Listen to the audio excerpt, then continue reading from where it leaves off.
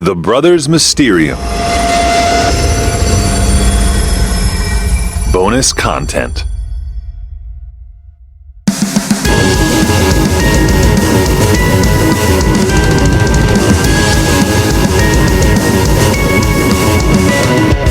Hello and welcome to another episode of The Brothers Mysterium bonus content. And we're going to do something a little different today. We're going to do a tribute episode. For those of you that listened to episode 5, The Mothman and Point Pleasant, you might remember Eric and his fiancée Amy interviewed what turned out to be a sort of local celebrity, Carolin Harris. And she was the owner of the Harris Steakhouse, also known as the Mothman Diner, which is right there on Main Street in Point Pleasant. She was a huge part of the town, a huge supporter of the Mothman Festival, loved sharing her stories, and unfortunately, she passed away December 26th, 2016. So we thought it would be cool to honor her, our own little tribute in a way, with this bonus episode and air her full uncut interview with Eric and Amy. So Eric, you met her face to face. I mean, it was kind of a big deal. If you've seen any documentary almost on the Mothman, she's in it, getting interviewed. She's just a huge part of that story. She's, as I said, the first kind of big name guest we ever had on the show. So what was it like for you to go down there, meet her face to face, and interview her in her famous diner? It's kind of crazy when you show up in Point Pleasant and you realize that the strip that is like the main street part of town is literally like every spot you've ever seen in every Mothman documentary. It's almost like walking onto the set of the Mothman TV show, if you will.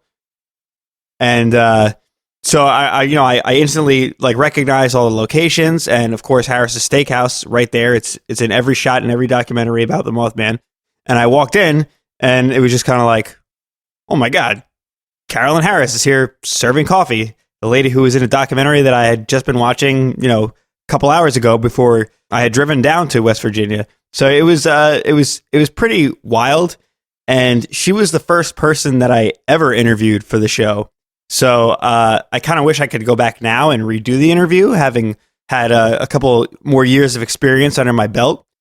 But yeah, I guess I just kind of went for it and asked whatever came to my mind. But I was, I don't know, it was like overwhelming in a way, because now all of a sudden here I was.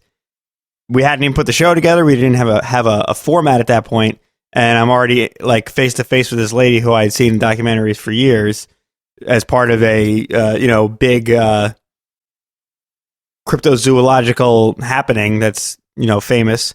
And I got to say, the best part was she was awesome about it. She was so cool. She answered all my questions.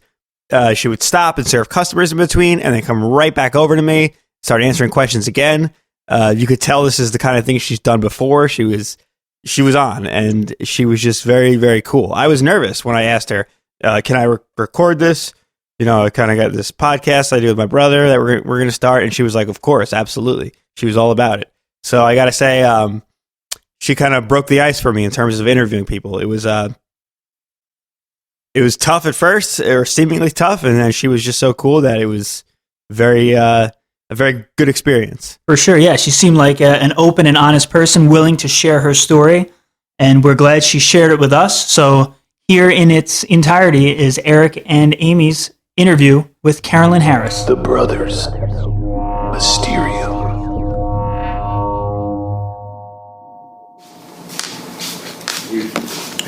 Okay, so you're saying about the TNT Factory, right? Yeah, like I said, a lot of them at that time when they were searching, which I worked at this little place right over here. It's called Texas Gym. It was a little hot dog ice cream stand. Okay.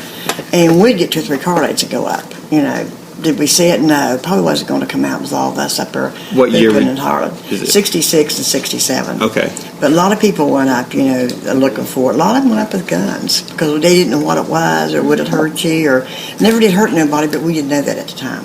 Okay. Because it just scared you to death because it was so big and different. Did you ever see it? No, my sister did, but I never did. Okay, and it stayed only local to the TNT Factory? Most year it was in at that same spot, or came back to that same spot, I should say.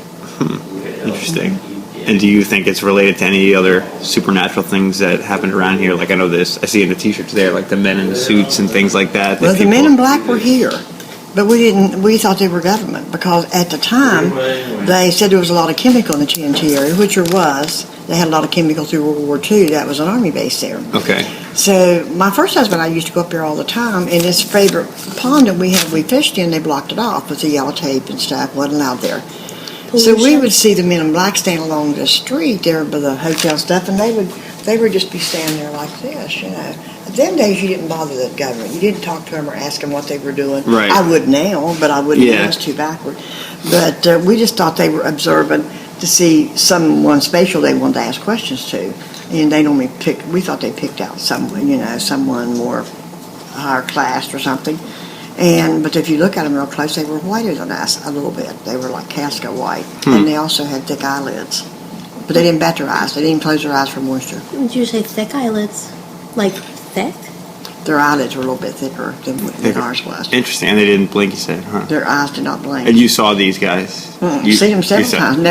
Never stopped to fool with them or anything when I'd go to the bank or something, because I worked right over here. Okay. Sometimes I'd go to the bank. And it took a little 9-year-old boy to figure out they didn't blink their eyes, but he was swinging around and around the meter, parking meter. Right. Trying to get him to talk to him, but I don't think they talked our language because Mary Hire couldn't understand a word they said. Interesting. And when did they stop coming around, and when did the Mothman sightings kind of stop? Well, you know, it went on for, you know, in the last part of 66 and 67, and then it just faded away. Didn't see it no more, and didn't see them. No, that's actually really interesting because Now, John Keel thought that the Mothman come in on a UFO was put off, and they were hanging back around to pick it back up or get information. But he come here for 48 hours to prove he did or he didn't come in on a UFO, but never got to do that. But he got a job and stayed a decade. He worked at Kaiser and stayed here. And what was his name? John Keel. He wrote the Mothman Prophet. Oh, okay. They took the movie off of. Right, okay. Yeah. Mr. Keel was here quite a bit with us. Okay. Interesting. And I guess my last question would be... but don't... What? Just move that mop. That spring on that door broke, and but when you lock the inside door, you're okay. It broke after Bucky left me, and I ain't got no one to fix it right now. So I see, like, you have like the Mothman Festival and T-shirts and all that. So do you enjoy people coming down here and researching it and stuff like that? We have. Well, I don't get to talk to them very much through the festival because we're too overloaded. Right. But you know, all summer there's people coming and going that we have time to visit with and stuff. But for the Mothman Festival, we have about 7,000 people. Wow. So the time we open until we close, we're wall to wall. Which business is good, but not if you're not taking care of it. Right. And Yeah. you couldn't handle them all. Yeah. Are there Jeff and I do the festival, and we do the museum.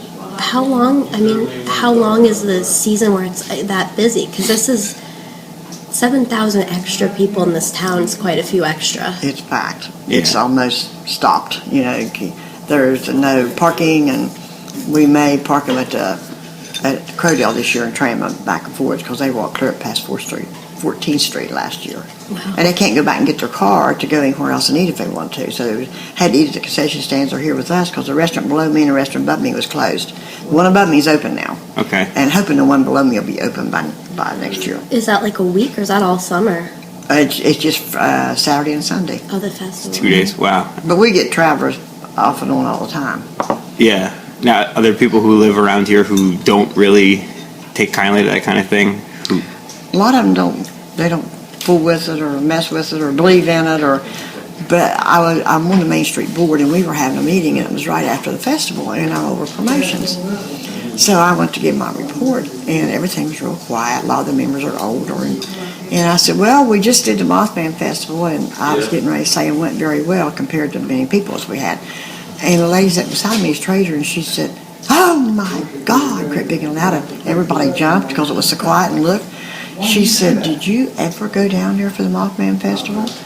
And they said, no. She went all the way around the room. She said, well, I hadn't either. She said, my grandson wanted to run the 5K race. So she come down at 9 o'clock. And she said, and at 10 o'clock, it was wall to wall, so she couldn't move. Said, well, he wanted to see the 20-pound Stamper band play because they were from Huntington. He went to college down there. And they come back at 3 o'clock, and she said it was still the same way, wall to wall. I said, darling, that's the way it always is. She said, I didn't know a soul. I said, no, you wouldn't, because they're not local. I said, I would, because they're here every year, but you all wouldn't. And they didn't have a clue. But now this year, we had a lot of local faces, but we had Turtle Man. He was out here. I don't know if you know who he is or not. No. He started with us, and they signed him on TV, and they promised him he'd come back to the festival every time. He goes in your pond, he'll catch rodents out of your basement, in your attic, or whatever, and they call him Wild Man on TV. Huh. And so he came this year because we moved to the museum right next to the statue. We used to be underneath the hotel, and the people kept missing us. So we moved it right there, so we had a ribbon cutting, and he came with his big trusty knife to cut the ribbon. Okay. He stood over there underneath a tent sold his pictures, but he let kids take pictures with their cell phone free. Nice. From 9 o'clock that morning till 10 that night, they were wrapped clear around the post office for all that time, for hours and hours. He went to the bathroom once that I know of, and someone gave him a piece of pizza. I think that's all it meant. That's nice of him. Yeah.